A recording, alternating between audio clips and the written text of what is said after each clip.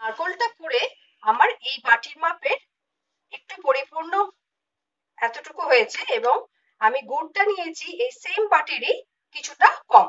এবার আমি এই দুটোকে খুব ভালোভাবে মিশিয়ে নেব। যে কড়াইতে আমি রান্না করব সেই কড়াইতে আমি নারকোলটা দিয়ে দিলাম, এবং তার সঙ্গে এই আখের গুড় সেটাও দিয়ে খুব ভালোভাবে এটা আমি মাখবো। Welcome to Babli's world. বন্ধুরা, আজকে আমি আপনাদের সঙ্গে শেয়ার করছি গুড়ের নাড়ু। এটা দশমী স্পেশাল গুড়ের নাড়ু।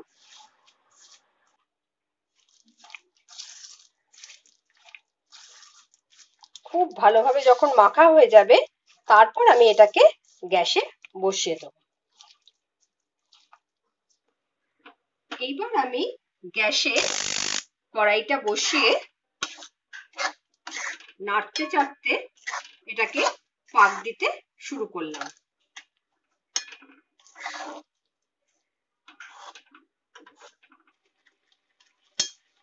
লো টু মিডিয়াম ফ্লেমে আমি নারকোলটা ক্রমাগত পাক দিতে থাকবো, এবং এটা যাতে তলা না লেগে যায় সেই জন্য ক্রমাগত নাড়তে হবে। বেশ কিছুক্ষণ এটা ধৈর্য ধরে করতে হবে। 10 মিনিট নাড়াচাড়া করে এই পর্যায়ে এসে দাঁড়িয়েছে। এটা এখনো আরো একটু ড্রাই করতে হবে।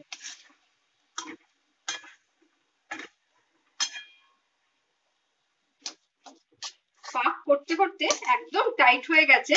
এবার আমি একটু জল হাত দিয়ে একটুখানি পাকিয়ে দেখবো, হ্যাঁ একটু নাড়ুর মতো আকার আসছে। এবার আমি বুঝে যাব এটা হয়ে গেছে। এবার এটা গ্যাস অফ করে আমি একটু ঠান্ডা হতে দেবো, তারপর আমি এগুলো নাড়ুগুলো পাকিয়ে নেব। নারকোলের পাকটাকে একটু ঠান্ডা করে নিয়েছি, খুব ঠান্ডা করিনি। এবার এক একটা করে আমি নাড়ু তৈরি করে নিচ্ছি। একটু গরম গরম থাকতে থাকতে এটা করে নিতে হবে। যার যেরকম পছন্দ সেরকম অনুযায়ী সাইজ করে গোল গোল করে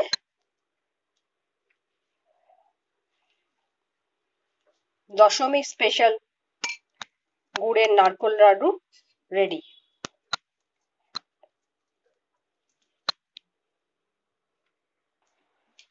দশমী স্পেশাল গুড়ের নারকোল নাড়ু রেডি।